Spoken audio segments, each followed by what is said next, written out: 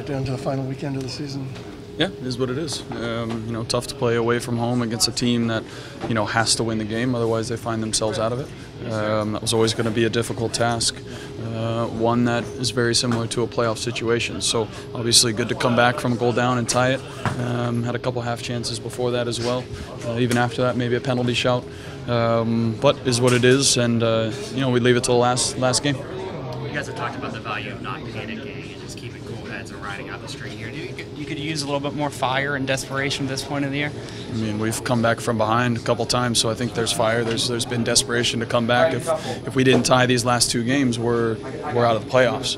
So I think that shows a bit of character there, and realizing that dire situations call for a little bit more fire at the end of the games, and at this point, dig deep and get back at it at home on Sunday. Does this result change at all how you look at the LA game and some other games around now?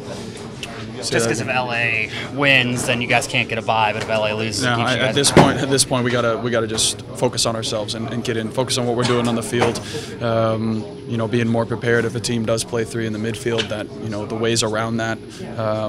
Tiny little situations in games that that can change for us, that can maybe we find a better outcome, but at the end of the day we've got to focus on ourselves, and like you said, we've left it till the last game. What did you see from Marshall in his return?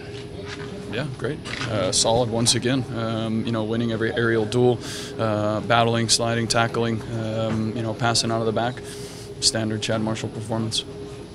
What was the vibe at halftime, and what was sort of the message in the locker room there? Yeah, I think everybody was frustrated at halftime. I think from back to front, we weren't finding the passes into the midfield from the back, and also skipping the midfield to find the guys up top. And we got to do a better job of getting everybody involved. And that's onus on us to be more aware of our surroundings and playing a certain way. So we got to look at tape and figure out what it takes to to pick out these guys up top and get them involved in the game earlier on, so that we can put them under a bit more pressure and create a few more chances in the first half. But little things like 0 crosses, I think, in the first half from us, whether that was from outside backs or wingers. That changes games when you turn teams around. Even if it's from deep, it can change. Little things, deflections, corner kicks, changes the swing of the game. So focus on the little things, get better at those, and get back at it. Results have gone your guys' way, like you said lately, at least the results that you needed. But performances maybe haven't been quite what you wanted. Is that a concern, looking forward to the playoffs and wanting to peak at the right time and all that? Yeah, we hope that we can peak at the right time.